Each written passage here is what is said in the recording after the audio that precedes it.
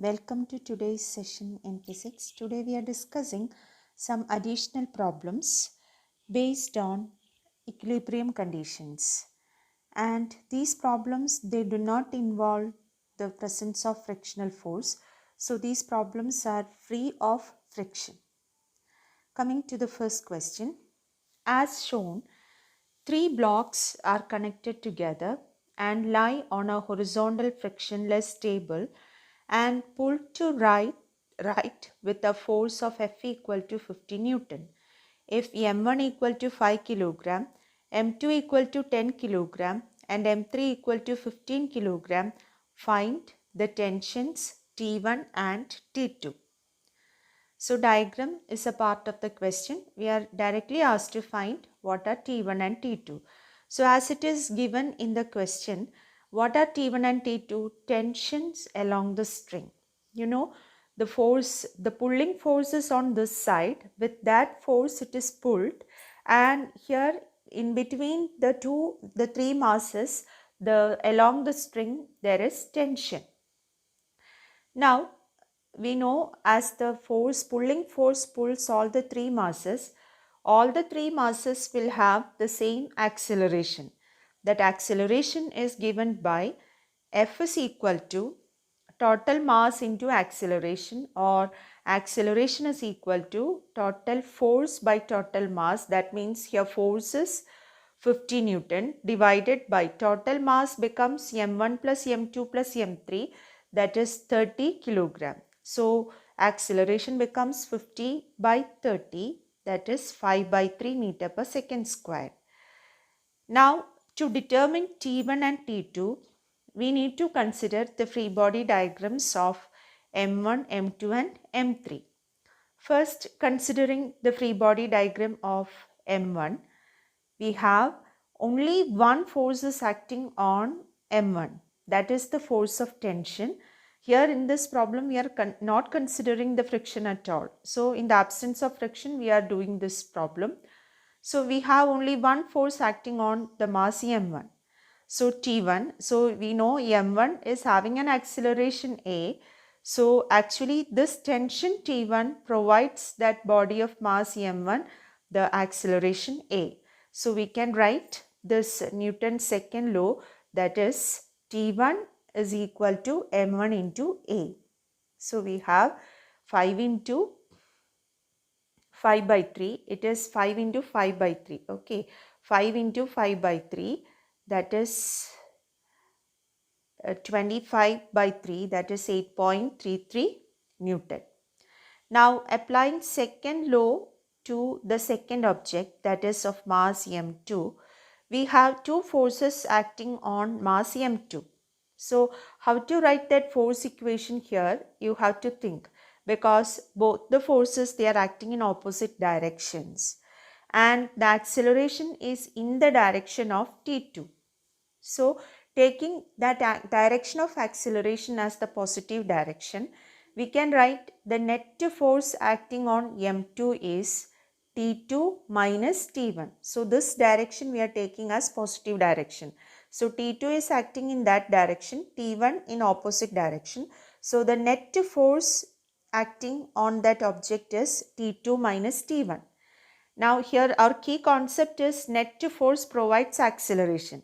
Here what is the acceleration? A, and the mass is M2. So net force provides acceleration.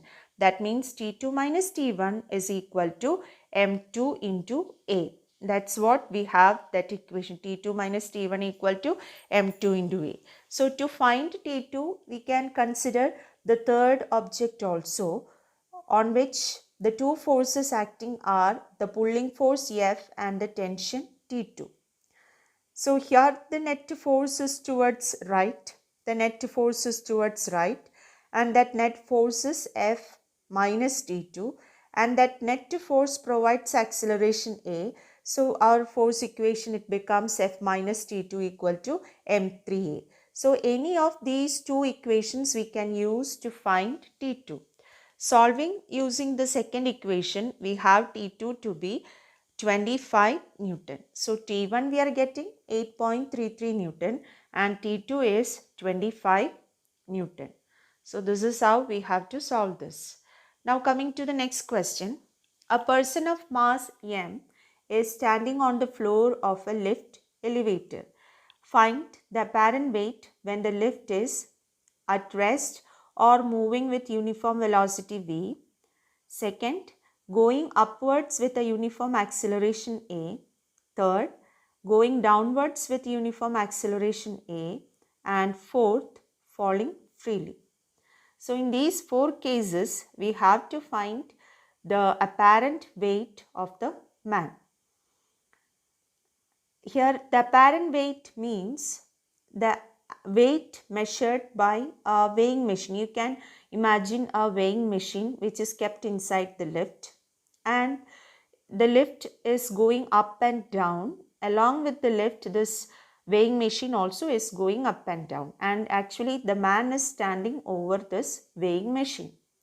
Now, in the case of this type of weighing machines on which the person stands, you might have seen this type of weighing machines in railway stations, bus stands actually, big ones, shopping malls and all.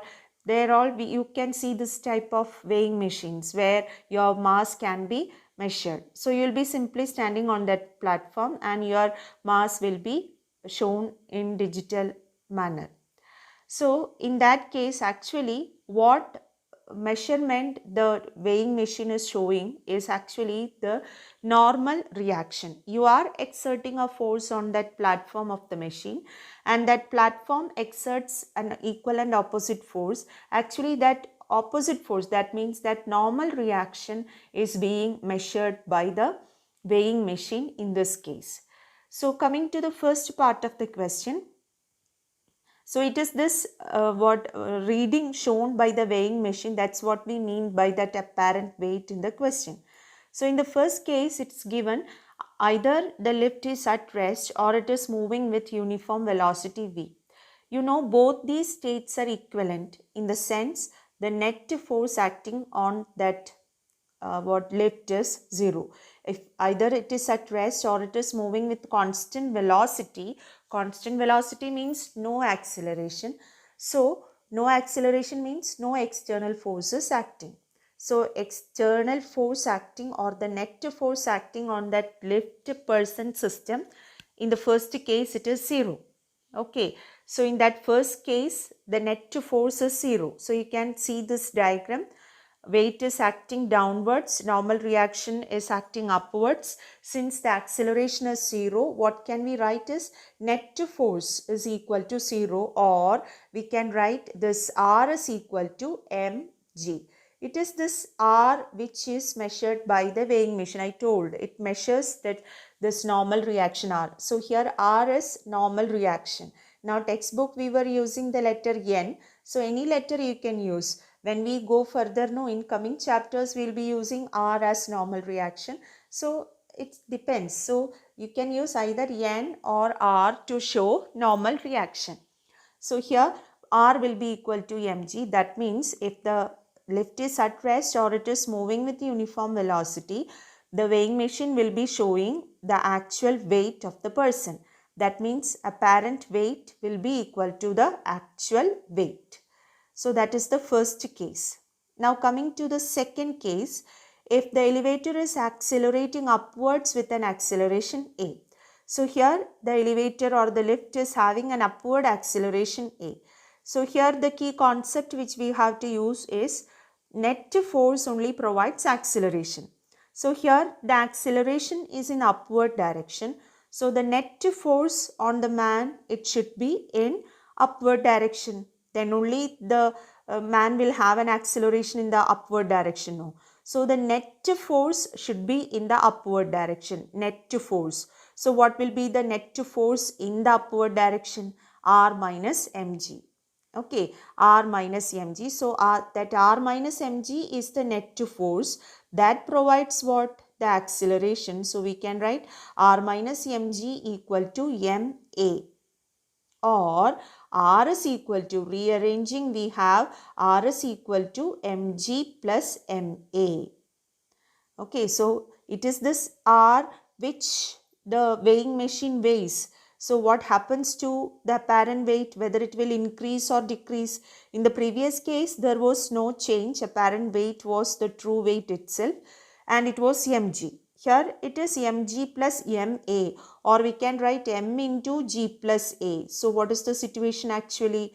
It increases. That means apparent weight increases by an amount m into a, where a is the acceleration.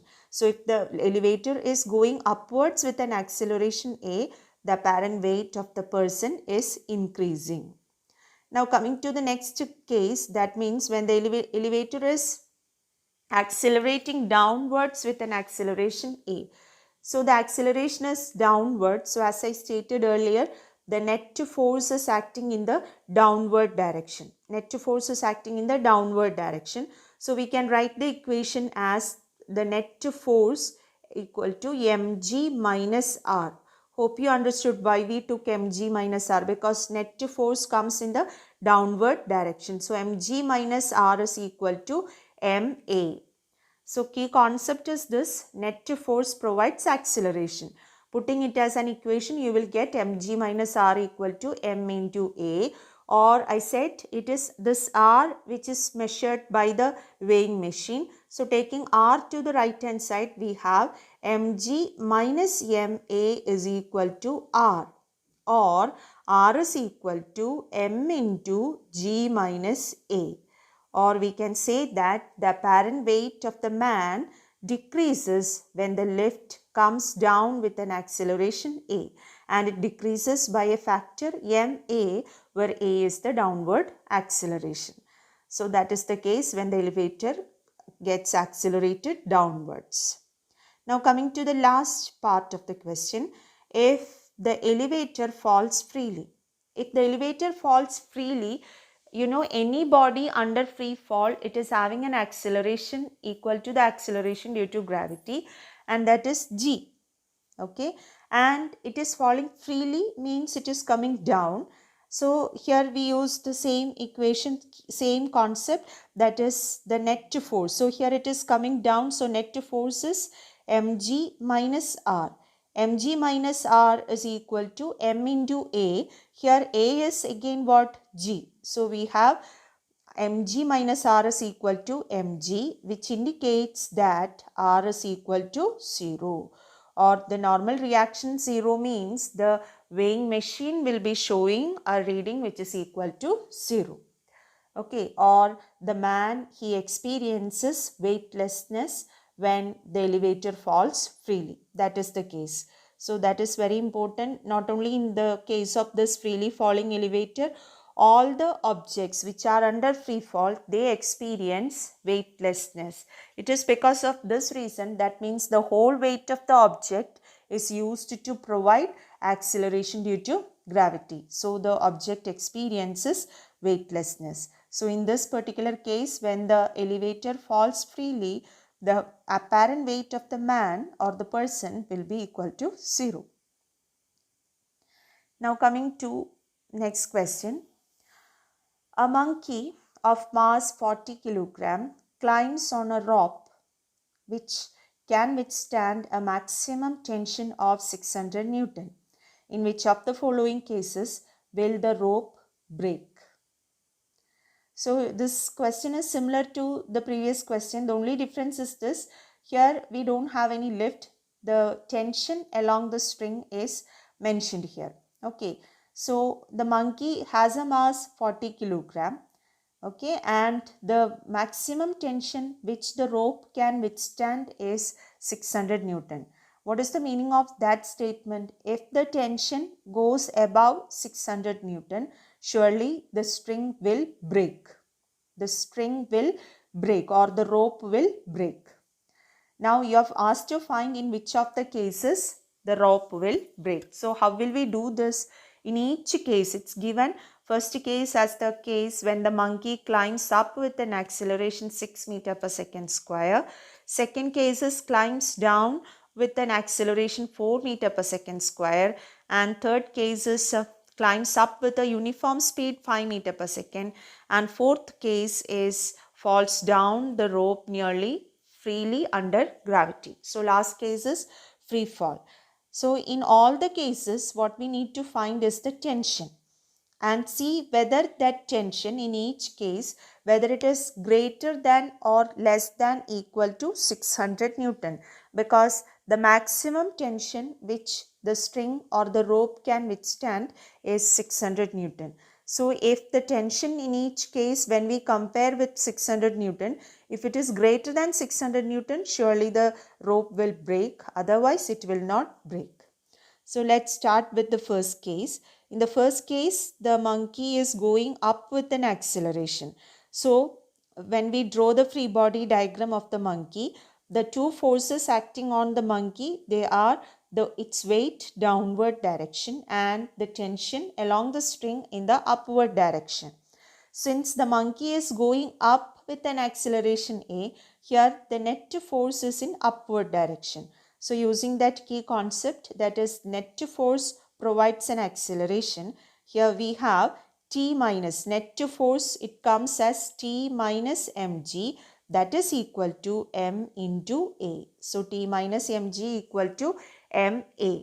So we have the tension T is equal to mg plus ma or m into g plus A. So substituting for g as 10, we have T is equal to 40 into 10 plus 6, that is 640 Newton. So that is the answer to the first question, that means tension. So how will we interpret the result? The maximum tension this rope can withstand is 600. Here we got a tension which is above that 600. So surely in this case the rope will break. Now coming to the second case, the downward acceleration A. That means the monkey comes down with an acceleration A. So key concept remains the same, that is downward. So that way we can write, that is very easy. Net to force will be in downward direction and that net to force provides an acceleration A. Here in the opposite way the equation is written. Follow what I am telling. Okay. So net to force in the downward direction means what? Mg minus T. Net to force in the downward direction means Mg minus T. That is equal to M into A. Or tension T is equal to, taking T to the right hand side, Mg minus Ma equal to T. Or T is equal to M into, so what I said, here we have mg minus T is equal to ma, or mg minus ma is equal to T, or m into g minus a will be equal to tension. So tension is m into g minus a. Substituting for g and a, we have T as 240 Newton, which is less than 600 Newton. So it is clear the rope will not break. Now the third case is the monkey is moving with a uniform speed. So when the monkey moves with a uniform speed, it is not having an acceleration. So net to force will be equal to 0. That means only two forces are acting on monkey, tension T upwards, mg downwards. No net to force is acting means T is equal to mg. T equal to mg, or T is equal to 40 into 10, that is 400 Newton. That also is less than 600 Newton. So here also, this case also, the string or the rope will not break. Now the last case is free fall. You know, in the case of free fall, acceleration A is equal to g and the tension, it becomes what? T. So as we said, T in the upward direction, mg in the downward direction. So it is falling down. So net to force becomes mg minus T, that is equal to mg because it is under free fall, which indicates that tension T is equal to 0. So no tension at all when the monkey is under free fall along the rope. So it will not break. So only in one case there is a chance of breaking the rope. That means it will break because it exceeds that maximum tension which the rope can withstand. In the first case, when it goes up, when the monkey goes up the rope with an acceleration 6 meters per second square. Now coming to the last example, motion of connected bodies. Two masses, capital letter M and small letter m, are connected to the ends of an inextensible string. The string passes over a smooth frictionless pulley. Calculate the acceleration of the masses and the tension in the string for m greater than m. So this is the situation what is given. You have a pulley, a string goes over the pulley, and one side or one end of the string you have mass capital letter M, and the other end you have the mass small letter m. So their weights are acting downwards. Those forces are shown there, and it's given that capital letter M is greater than small letter m. So surely this side will be coming down and this side will be going up. And the acceleration for both the objects will be same because we have the same thread or same string. And the tension along the string also will be the same because it's simply going over a pulley. So along the string on either side the tension will be same. So you have to be careful. On this side the tension is in upward direction. Here also it is in upward direction. Okay. Now what we need to do is we need to find an expression for that acceleration and the tension. So how we proceed is this. We will write force equation as we discussed earlier. Okay, considering the two objects of masses capital letter M and small letter m, we will write the force equation, and solving those force equation we will get expressions for acceleration and tension. So writing for the capital letter M, here first we start with this side. Okay, it is coming down, so net force is acting in the downward direction. So our expression becomes mg minus t is equal to m into a. That is our first equation.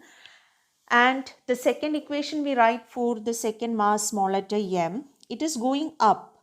So its net force, it is T minus mg, that is equal to m into a. That is the second equation.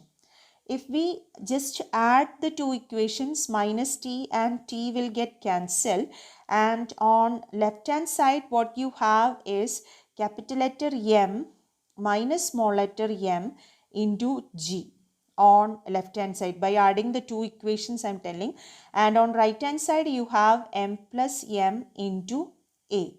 So from this equation you will get acceleration, and that acceleration is equal to m minus m by m plus m into g. Just to rearrange this equation, we'll get m minus m by m plus m into g. So that is the expression for acceleration. So here we have the acceleration A, that is m minus m by m plus m into g, and the equation shows that here acceleration A will be less than g. Okay. Now we have to find tension also. So you can substitute in any of these two equations. So we have the expression, this equation we will substitute. So we have